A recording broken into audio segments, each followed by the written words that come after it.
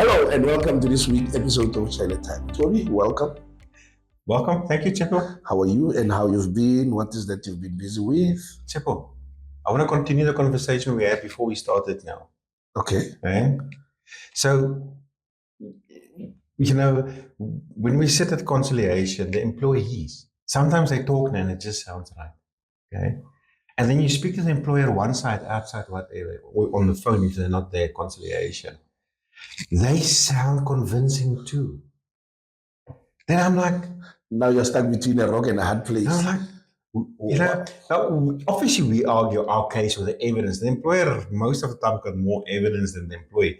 But I'm like, both parties are talking with straight faces, eh? Yeah, but I guess it's life because everyone is innocent, you know that? Everyone is innocent. Everyone is innocent when it comes to life. Anyway, yeah. What you been up to this week? CCMA in and out. There were quite a few cases the last couple of my days. Face is becoming familiar because even when you walk the corridors, you get greeted. Good morning, Africans.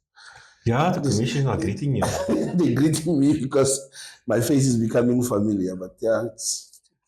Commissions don't greet me at all. Why? I'm white. Don't pull that card. Don't pull that card. Ivale. Let's close that card. Ivale. So, what are we talking about this week?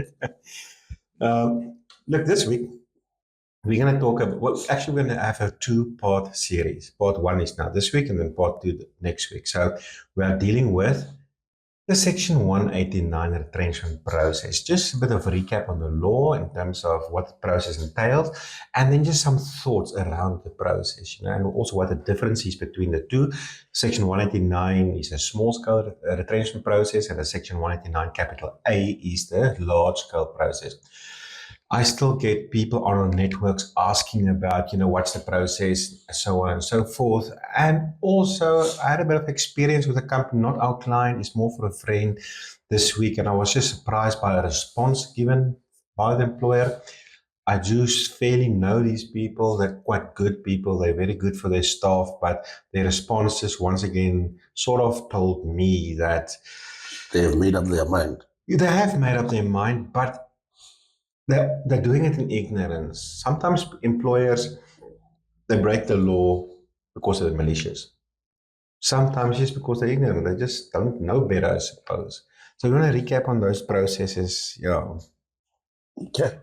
So now, my friend asked me for some advice. They are closing 3 branches in Pretoria. Now, the branches are quite close to one another. Okay. And another branch which is not being closed down, okay? There's a person that's working there in the same capacity as my friend. 100% same qualifications, because you can only, it's in medical, okay? So the qualification in this position is the same by qualification, yes. Okay? So they do exactly the same job, but now my friend's been in the company for 10 years, another one 2 months. First in, last out. No, they're not applying that. What the employers are doing, the Section 189 notices, very nice, and the same, we're retrenching the staff where the branches are closing down, which I suppose is fine, okay? And when I say it's fine, remember, the consultation process, the employer will come with their view. Yes. And give it doesn't mean it should not be cast in stone at that point. There's nothing wrong with the employer giving you their recommendations or their proposals. If their proposal is to dismiss only the staff who've been affected by the site closures, well, then that's their proposal. Yeah, it is. If the staff says sharp, well, then it's sharp. Or if there's union involved and we agree, then we agree. But I said, listen, man, look, I don't formally consult. I just said, look, would you like to go work there? And the person said, yes. So I said, okay, listen, send an email to your employer. Say, listen, you proposed bumping that person and gave your reasons. And the employer's response is, it's not on the radar. We're not entertaining these discussions. We did not apply our mind in that direction. It's not an option for them at all. But anyway, so that's sort of, once again, gave me the indication. But listen, maybe we should just talk about Section 189 process. But before now you get into details, educate me a bit here now. If the employer says that no, that is not on our radar, what action can now your friend take against the employer? Is there anything that is guided by the legislation that Yeah, look, at steps the that end can of the day, take? you can. We're going to touch base quickly on Oh, okay. on a Woolworths case that sort of speaks to that. Okay. Look, at the end of the day, you can litigate against the employer. In this specific case, you will start at the CCMA in terms of conciliation. The CCMA will not have jurisdiction to arbitrate because Section 181 basically provides that if an employer employs more than 10 staff and they retrench more than one person, or they consult, I must be technically correct now because there are case laws coming out now that change the play field here. And if you consult with more than one person to retrench, then the CCMA don't have jurisdiction to arbitrate. Then it must go to the labor court and thereafter maybe labor appeal court or whatever the case may be. So there's definitely litigation, but you know what, man, litigation is expensive, It takes time. So, but I'm confident that should this person litigate, they will probably enter into some kind of settlement, to be honest with you, because it just makes sense that they will just swap out the people, but they don't. But okay, so where do we start, Tsepo, with the Section 189 process? Okay. When do we engage in this process? What sort of triggers this? And that is, and it's interesting because I always say, in your private life, if you don't have money for cheese, you're not going to have cheese. Yes. Don't you find, and I find this, that a lot of employees have this misidea that an employer may not retrench them. They can never do that. There's this charity, employers are this charity organization. How dare you retrench me? And then they come to us, we're going to sue them because they're not allowed to do so. But they don't understand. If you don't have money for cheese, you're not going to have cheese. Okay? So, the Section 189 process. There are basically, in terms of the definition of operational requirements. Now, retrenchment process is kickstart based on the operational needs of the employer. The business, yeah. So this is what is typically called a no-fault dismissal. So you didn't necessarily did anything wrong. It's not misconduct. You can late or whatever the case may be, okay? It's a no-fault dismissal, which is purely based on the operational requirements of the employer. Now, Section 213 in the Labour Relations Act provides a definition of what operational requirements mean. And this is quite interesting. It means requirements based on the economic, technological, structural, or similar needs of an employer. Technological. Did you say technological? Yes. So now, just to a step back, remember our days in the cinema? Mm-hmm. We used to have the Vic 5 and the Christie's. The projectors. Yes. Then boom, a few years later, then we have digital. 2012. Yes. Global digitalization of the cinema industry. Then you just need, instead of having 6 projectionists in that booth, you need one person just to clean the floors. Yes, and then because everything is loaded from somewhere. In the manager's office, there's a laptop. Yes. Okay. There's a schedule on some kind of fancy software program, and he schedules the movies there. He says play, and that's in play, stop, play, stop, play, stop, 6 times a day, every day for the whole week. So is that a typical example of? That's a perfect example for technological reasons. So worldwide, globally, probably 99% of projectionists got retrenched. Yeah. Okay. Probably. So it was on the cards, but I'm sure some companies made plans, made in cashes or whatever. Yeah. In South Africa, it was huge. Look, you now have one projectionist just to show the lights clean and the lights. No, those machines are synchronized with the lights. The machine goes off, the lights goes off. There's nothing to do. but economic reasons, Tsepo. Yes. People think you can only retrench a company when they're making losses, when they're losing money. Can a company retrench staff? The company is making a lot of money, but they want to make more money. So now if they want to cut costs in terms of salaries, Is that what you say? If I want to retrench half the staff in my company so I can make more money, is it allowed?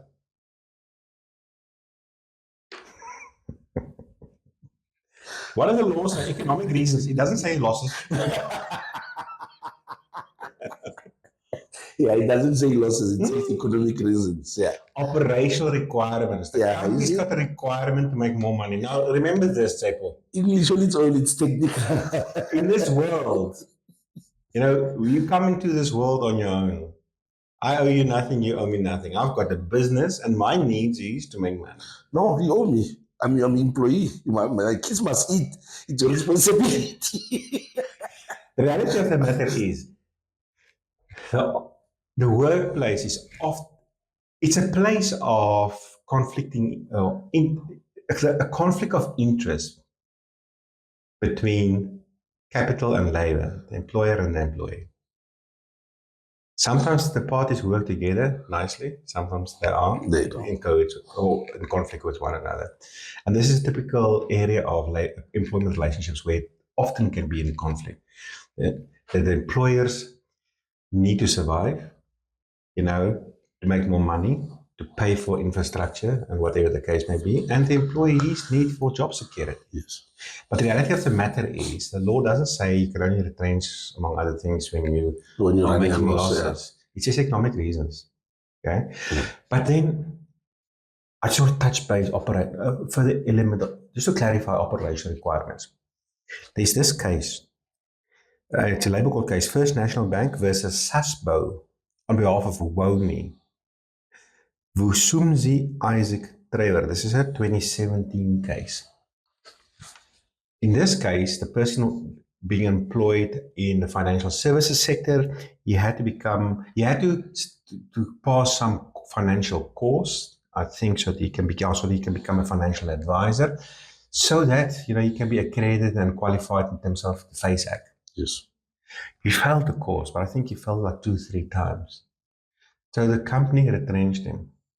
Ultimately, in this case, the employer lost the case, because the employee's inability to obtain the qualification is not operational requirements. It's an incapacity issue. The thing is this, and really, Chaile, I deal with especially small employers who don't know the law. They're like, these bloody people are always coming late. Nah? We're going to retrench them. It's an operational requirement that this person must start at 8 o'clock in the morning. Now, we don't give them warnings, we retrench them because it's an operational requirement. You are 5 minutes late. That's not an operational requirement. It's a misconduct. You see, so in a very loose way, anything can be an operational requirement. But in terms of the law, not anything is an operational requirement. Okay? If you don't obtain the correct or the required qualifications, it's not an operational requirement. And that's an incapacity issue. So in essence, when is something an incapacity issue? It's your inability to perform. Your inability to adhere to your contractual obligation to work. And the sphere is wider than just medical incapacity in terms of Schedule 8 of the Code of Good Practice. It can also include legal incapacity. The processes are the same. But if you legally cannot work in a certain place, maybe because you're not qualified in terms of the FACE Act, whatever the case may be, it's an incapacity process. Otherwise, it will be too easy to simply retrench staff in a no-fault process. But okay, so that's when we start. But now, what is step 1? And people often forget this. Let's go to our laws. Now, the first step, we need to differentiate between Section 189 and Section 189 capital A. When is it which process? The Section 189 process is typically called the small-scale process. Section 189A is a large-scale process. We're going to deal with Section 189 next week. But just quickly in a nutshell, it's based on a scale of how many people the employer employs and how many they anticipate to retrench. That will determine whether this is a small scale or a large scale. So Section 189 capital A, this section applies to employers employing more than 50 employees. Just right there, if the employer employs less than 50, it's a small scale process. basic difference between the two is that the Section 189A process is more regulated than the Section 189. I think there's a bit more, the foundation is the same, but there's a bit more freedoms when it comes to the Section 189 process. There's less strings attached. There's a bit more regulation, but we're going to get to that next week. But as for a start, just to identify which process. No? First of all, the employer must employ less than 50 staff. Then it is a small scale, more than 50 staff, large scale. Okay. If the employer contemplates dismissing by reason of the employer's operational requirements at least 10 employees, if the employer employs up to 200 employees. Just stop there for a moment. If the employer employs between 50 and 200 staff, Section 189, the large-scale process, potentially can come into play. But now, only if the employer actually retains more than 10 staff. So if you employ more between 50 and 200 staff, you're only retrenching 2. It's still small scale. Okay. Only more than 10 staff. Then the next tier is if you employ between 200 and 300 staff, but only if you want to retrench 20 staff and more. So if you employ between 200 and 300 staff and you want to retrench 15 staff, then it is small scale. Still a small scale. The next tier is if you employ between 400 and 500 staff and you want to retrench more than 40 staff. Less than 40 staff, small scale. And then the last one is if you employ more than 500 staff and you want to retrench more than 50 staff, then it is large scale. Otherwise, small scale. Okay, so we're talking about the small scale process today. There's some thoughts here. Okay, so step number 1, now you've differentiated between the two. Now, in terms of Section 189, subsection 1, the parties must identify who to consult with. And typically that will be if there's a trade union, you consult with a trade union. Or if there's not a trade union, but there's a workplace forum, you consult with the workplace forum. If there's no trade union or no workplace forum, you consult with, it's interesting, let me actually read this one.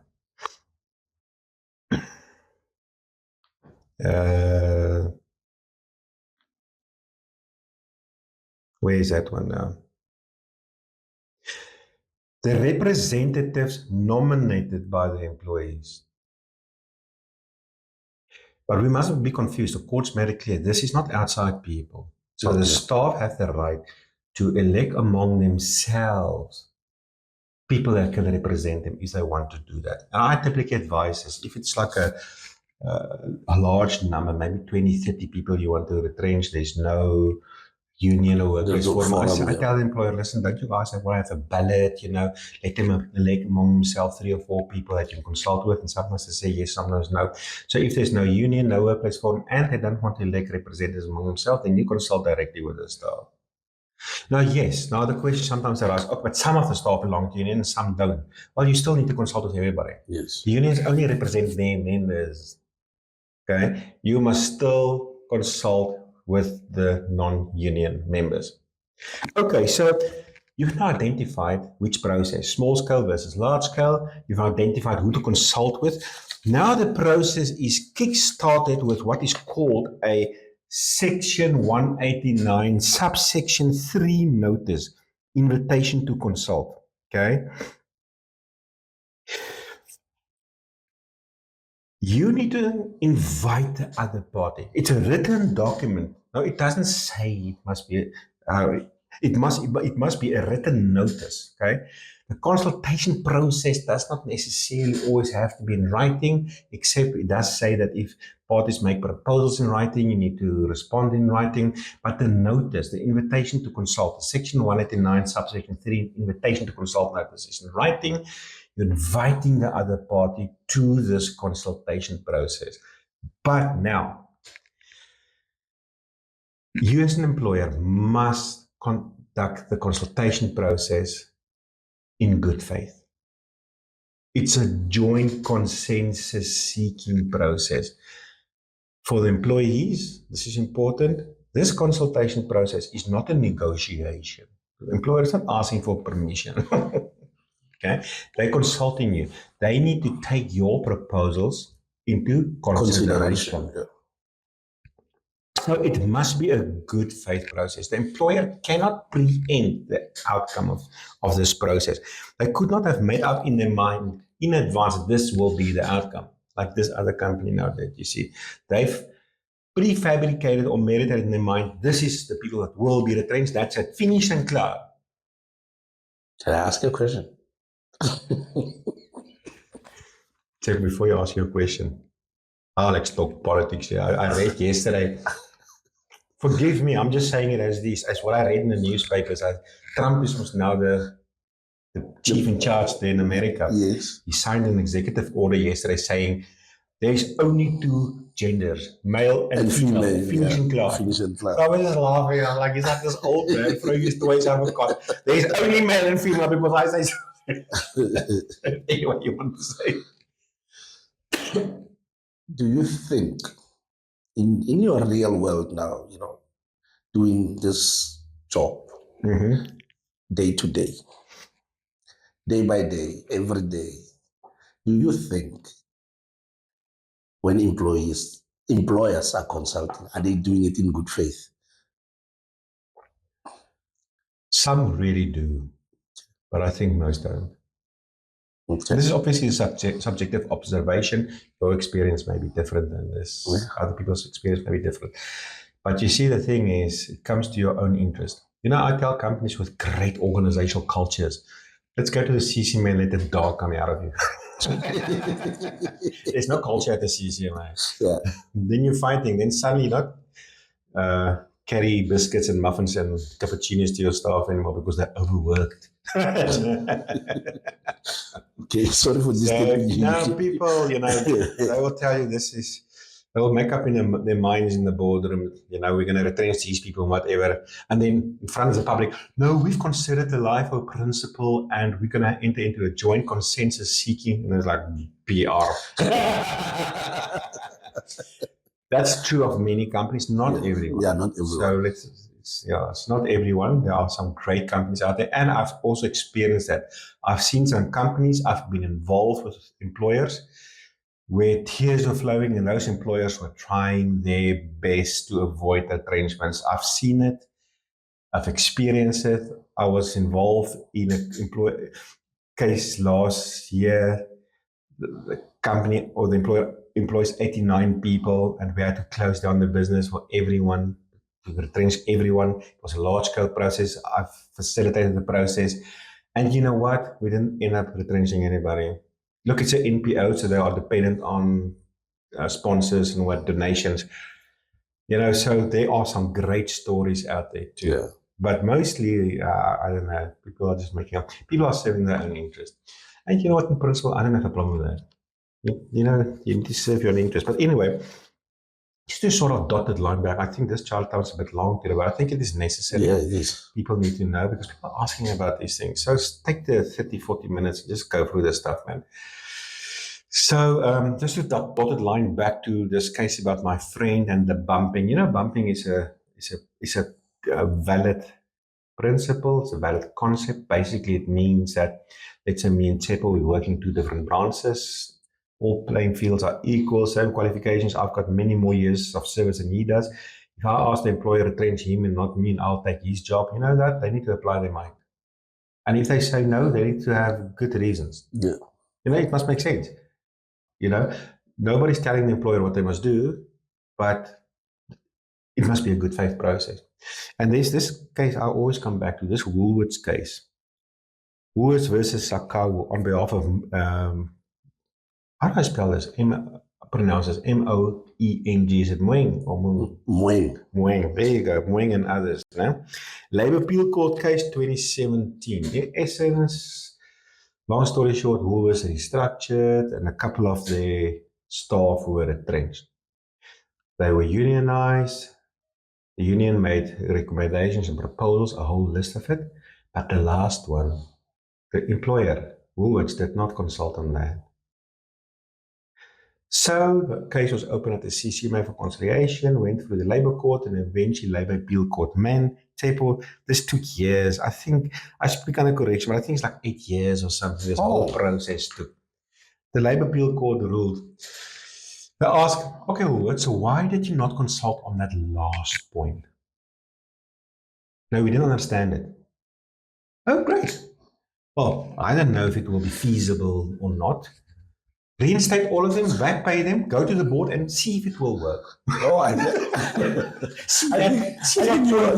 you once previously mentioned this case. Yeah.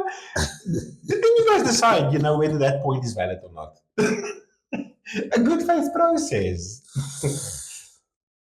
Consult. If you staff, that's why I say to staff, don't cry about the retrenchments, consult. Yes. If you don't consult back, then what? Then there's only the view of the employer.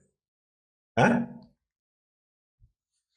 But yeah, so it must be a good faith process. So that's why I say a bit more, probably be interesting, ignorance of my friend's employer now. It's a bit of a dangerous arena to enter into by simply saying it's not on the cards. We're not open for discussions on these matters because I do think it's a very good proposal, argument to be made. But okay, I don't think they will litigate.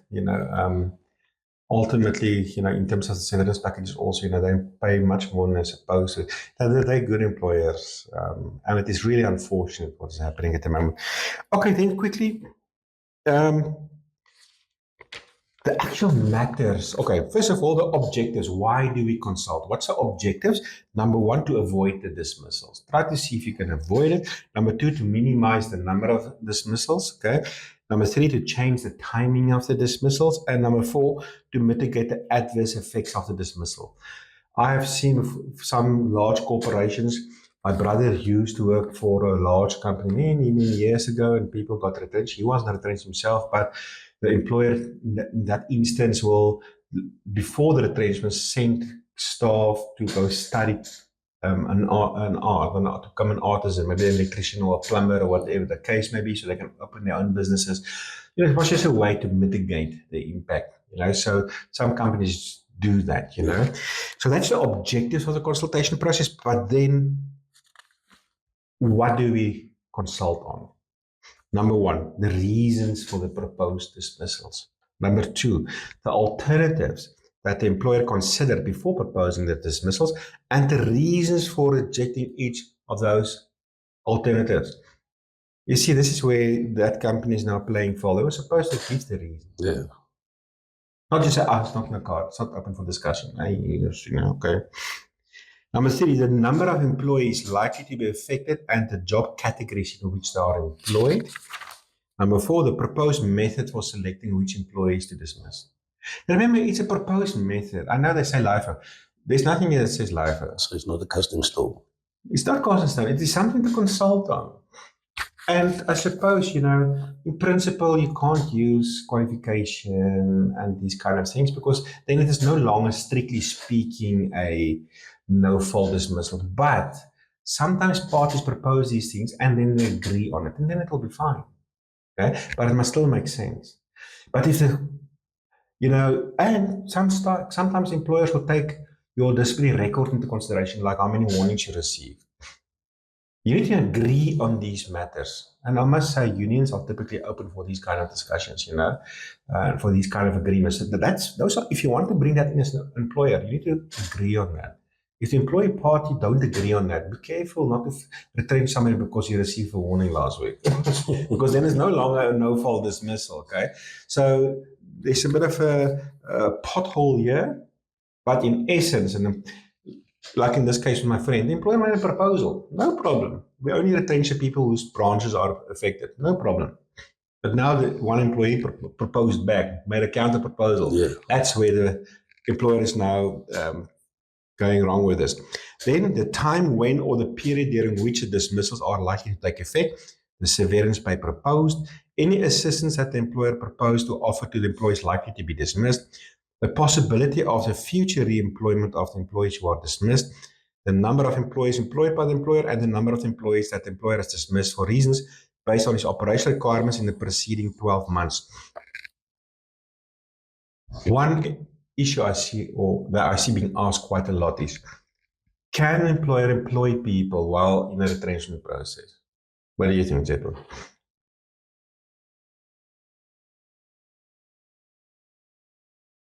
for the same positions that, or it's just okay. it's just You an up in that open. door. Same positions. Yes, I think they can. You're absolutely right. Of course, in principle you can. Now remember, the law doesn't say when you retrench or consult, you cannot re-employ people.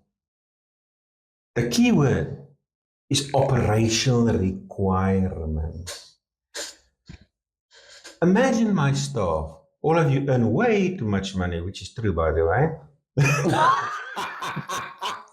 Okay. Now, this is in your contracts. No problem. If I decide, listen, yes, the expense is too much, I can't just unilaterally one day wake up and cut everybody's salary.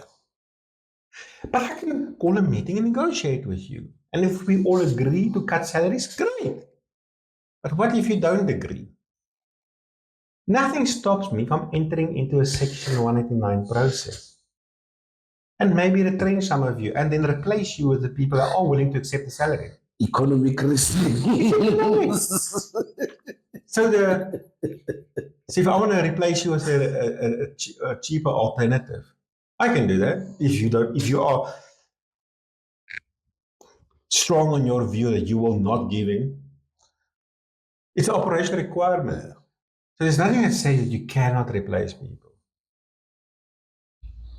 Yeah, life it is, ne? But I can't retrench because I don't like you and then replace you. You see what I'm saying? So it's based on the operational requirements. So now don't just say because the employer now found replacement staff or hiring new people, therefore the retrenchment is automatic unfair now. No, it depends on the reasons for this process. It depends on the reasons for the retrenchment. And also keeping in mind, sometimes you have a head office structure as an example, and maybe there's a marketing manager position available. Now you retrench operational staff here. They still don't employ the marketing manager. It doesn't mean because you're retrenching here, they can't employ anyway. Okay? But also, this doesn't give a blanket check to employers now to simply retrench staff and re-employ either. Because, typically part of the consultation process, somebody may be qualified to be the marketing manager. And if there's a proposal coming out, hey, I will take that position, then the employer should probably freeze that position and sort out this engagement first, you see. So it's a bit more complicated than that. So that is for this week. Now, this Section 189 process, it forms the basis of the large-scale process also. There's a bit more regulation. There are, for instance, timelines involved in the large-scale process. As you've noticed here, there's no timelines necessarily. So there's not so much regulation really, okay? And I really think the key word again is it must be a good faith process. Yeah. Employers are very unilateral when it comes to retrenchments. You need to really respect the other party and say, listen, let's talk and see what we can do. The number one reason why employers often don't want to do good faith processes is because they've got ulterior motives as to why they want to retrench in the first place. Often the retrenchments you are used to get rid of unwanted employees, But yeah, so be that as it's may. That's for this week, Chaile. Anything you want to say or ask or whatever? One last question. One will ask, let's say now, I've got a notice now to consultation, invitation to come and consult. And then maybe the first consultation is on a Monday. One person will ask, how long must it take in terms of maybe the second consultation, and then when an employee are given an opportunity now to come with some sort of a suggestion that can remedy the dismissal? You see, that is the thing, the large-scale process to some extent regulates timelines. Section 189, the small-scale process, there's no regulation. There's nothing that says it must be a week or a year. But once again, it's a good faith process. Yes. It is subject to the nature of the consultation process. So what I typically will do is, in my Section 189.3 notice, invitation to consult notice, I will put a guide there. I will say, listen, there's going to be, you're receiving these letters now, there will be a first consultation on this day, there will be another consultation a few days later, at some point there will be written feedback being given. But keep in mind, this is just a suggestion. Everything is subjected to the process. If it so happens that they are enjoying their coffee and there's a lot of proposals being flown around, it can take 6 months. Yeah, it must be a legitimate process. Okay. And sometimes the employer, they come up with all these ideas and it takes longer than the notice said it would, Sometimes employees come with all these ideas and they really find each other, So there's no fast rule, especially in terms of the small scale process. But once again, it must be a good faith process. You can't say, we're going to have a first consultation on Monday, then on Friday, that's it, klaar gepraat. Nee. You can give that as a guide because there's nothing in Section 189 that regulates that in terms of the small scale process. But, if the proposals are coming and employees are saying, we want to have more proposals or whatever because we're really enjoying this now, don't over easily cut the process just because you said so on the notice. Okay. Anyway. No, understood. So I hope this is very educational because a lot of questions were coming through. And it's just a bit of educational because people are asking about, give us a bit of a guide in terms of what the process is. Hence we took this route this week, and it's not the end. We're still going to have. Next week is part 2. Large scale. There we talk about the regulations or how it's regulated in terms of Now stay tuned and then don't forget to hoy those questions, interact with us, comments so that somebody can review those comments. If somebody is late, don't retrench. So thanks for watching and then goodbye. See you next week. Bye-bye. See you next week.